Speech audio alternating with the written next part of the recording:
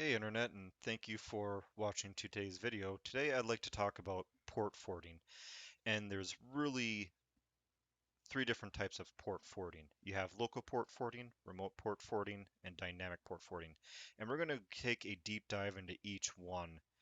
Um, but I kind of want to first show the setup that I have and what we'll be using to discuss port forwarding. So I have three virtual machines running. I have this attacker machine, paired OS, and then I have the Ubuntu machine, which is basically our compromised victim. Um, you can think of it as we basically stolen credentials from this machine, and now we're trying to SSH into our Windows 10 box, which is running an open SSH server that I've started. And if you want to follow along, you can basically install OpenSSH on Windows through Windows features. So I think it's like this PC, and then if you go to computer, um,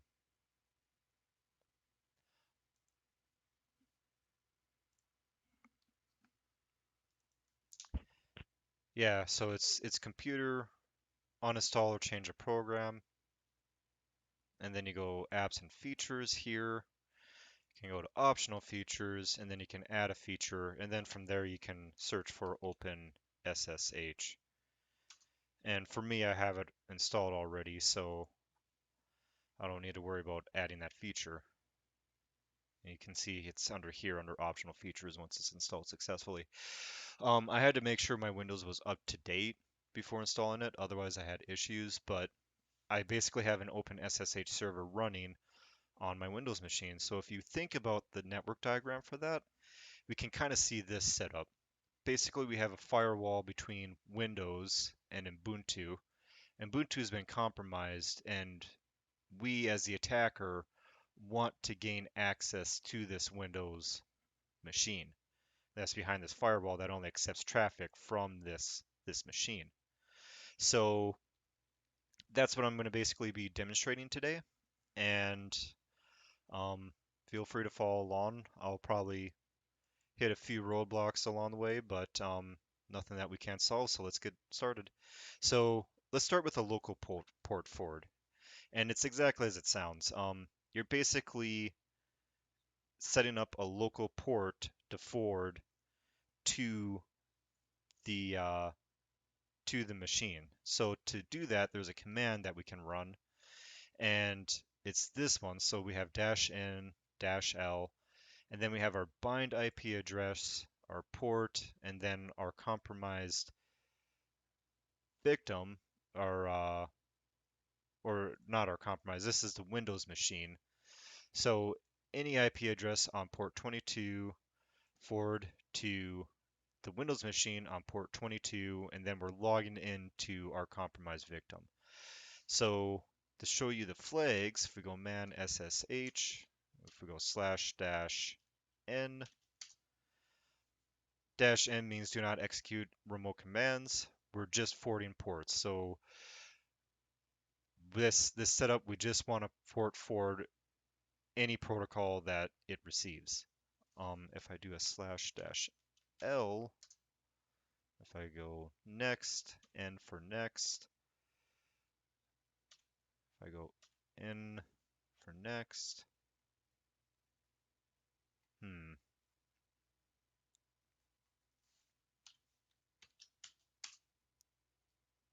okay. -l just basically means local port forward, so it's exactly as it's showing up here. You have a bind address, a port, and then you have the machine that you're trying to port forward to and the port. So we're going to connect to this machine. So that means this Ubuntu machine needs to be running OpenSSH. And if you want to install OpenSSH on Kali, it'd just be sudo apt install and then OpenSSH server. I've already done that. So if we look at sudo service SSH and then grab its status, we see that we have an SSH server running on our compromised Ubuntu server.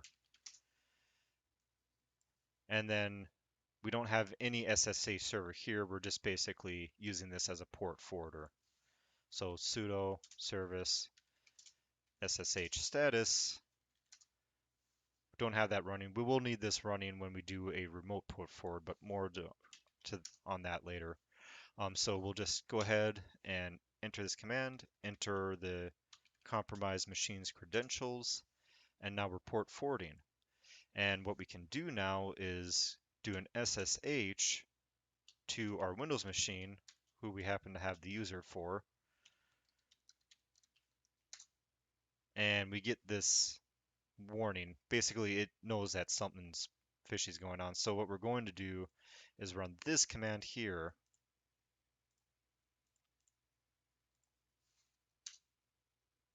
And now we will run that SSH command again. Yes, enter in the Windows password. And now we're on the Windows desktop. So to kind of show what's happening over on the Windows side, if we go to command prompt and we go netstat to see what's currently being connected to this machine,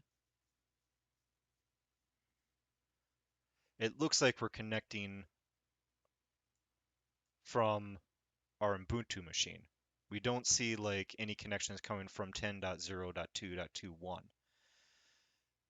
And we can confirm that by just going netstat, pipe in a define string, and then say looking for 10.0.2.21. And it shouldn't return anything. So that's one port forward. So if there's a firewall, it looks like we're just sending an SSH tunnel from this machine to our Windows server. So if it's like a whitelist and only this IP is whitelisted, we'd be able to successfully connect to Windows. Okay, so that's a local port forward. How about a remote port forward? And actually, before we go to remote port forwards, there's one thing I want to mention here. And that's this bind address. So you see that this is 0.0.0.0. This isn't really secure because this means that any machine can connect to our local port forward, right? And to kind of demonstrate that, so if I do this again, and then if I go over to like say my victim, I can basically SSH through this remote port forward. So I can basically SSH into my setup. So like this is my attacker machine.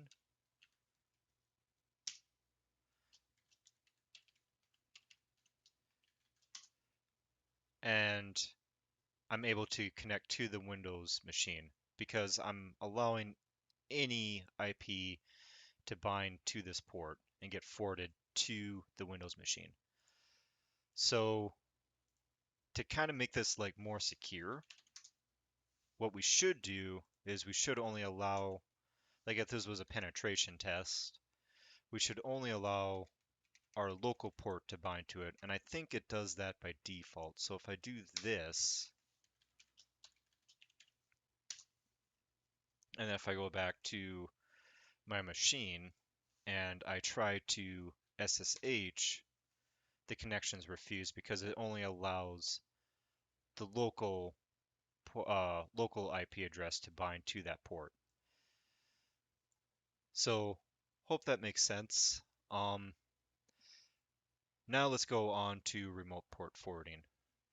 And to do a remote port forward, it's basically the opposite of a local port forward. Instead of setting up our our instead of setting up our port forward on our local machine, we're setting up a port forward on our remote machine.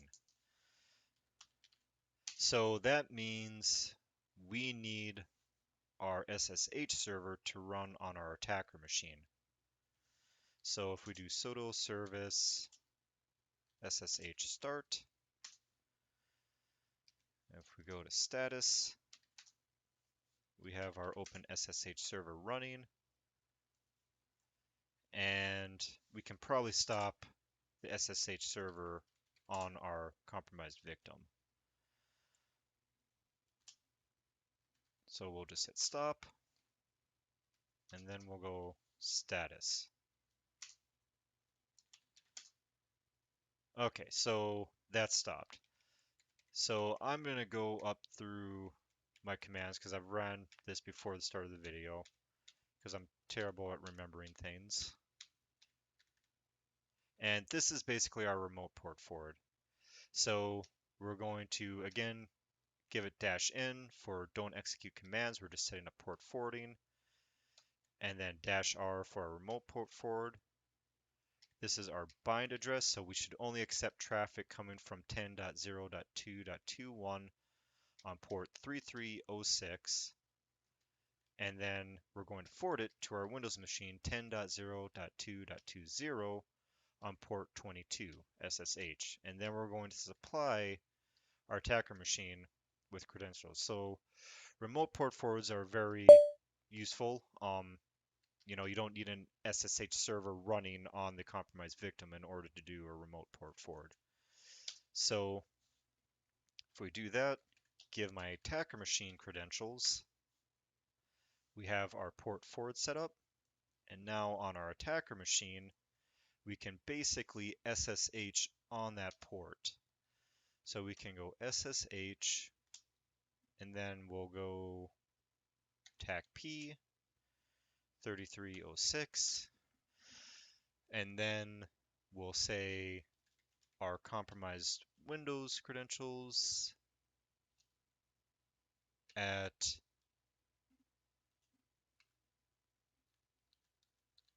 0.2.20, or would it be 2.1? I can't remember.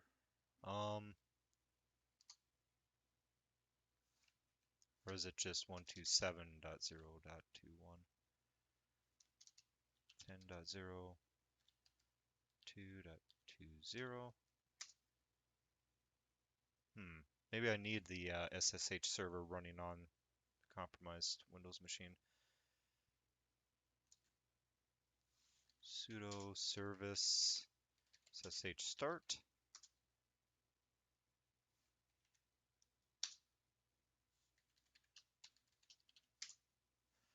Yeah, maybe I do need that.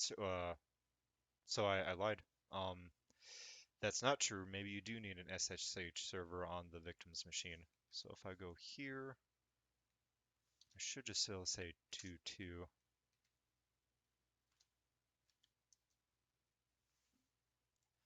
Okay, sorry about that. I was having a hard time recalling what that command was. So we have a remote port forward set up, and no, I don't think you need this service open SSH server running. So if we go sudo service SSH stop,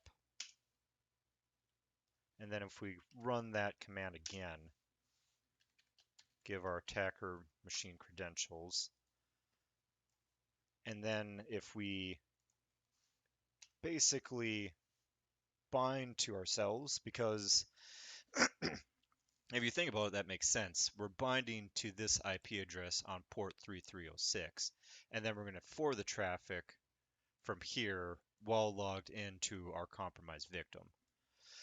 So that's why this command makes sense. And if we supply our compromised Windows machine password, we see that we get in.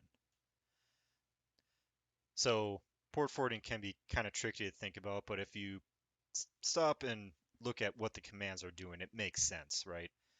We're basically taking traffic from this machine, our attacker machine, on this port, and then we're sending it to our victim on this port, and then using the compromised credentials of our other victim's machine.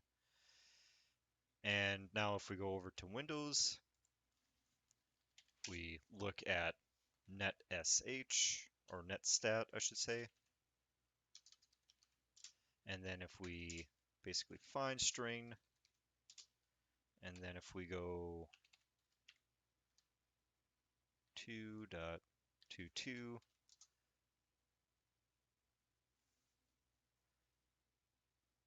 we see that basically we have an established connection from our Ubuntu machine, when really it's our attacker that's getting remote forwarded to this machine.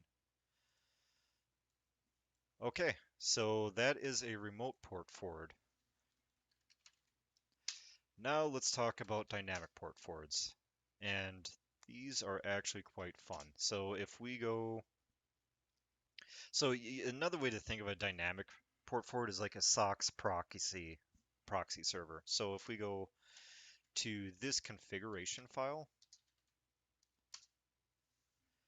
this is our setup, and I'm basically using this port 8080. So kind of going through the commands, I am terrible at remembering commands, so I like to use my shell history for this.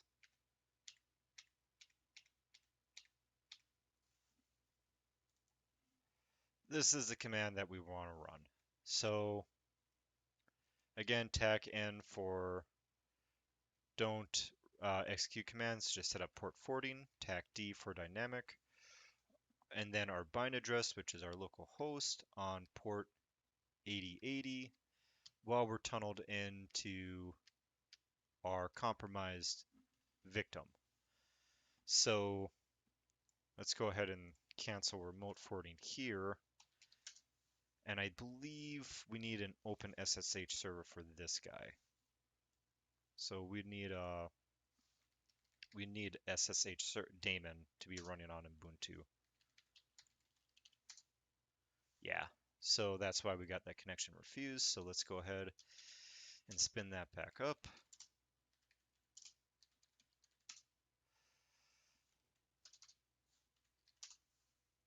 And now we can basically connect to it using dynamic port forwarding.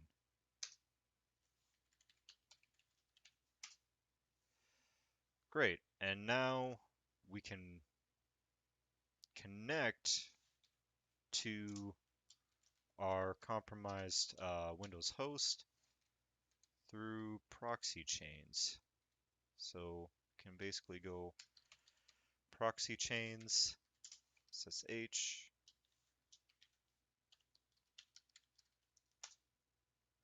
We again get this warning.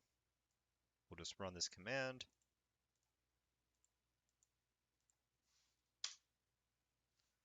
And then, yes.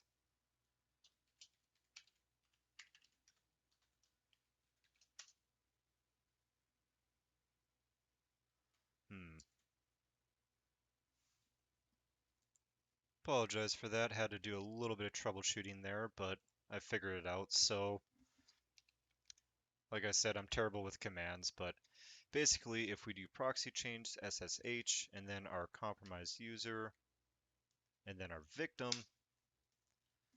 and then we enter in our credentials, we get access to the machine. And now if we go over to our command, we go netstat, and then we can say, well, let's just look at netstat.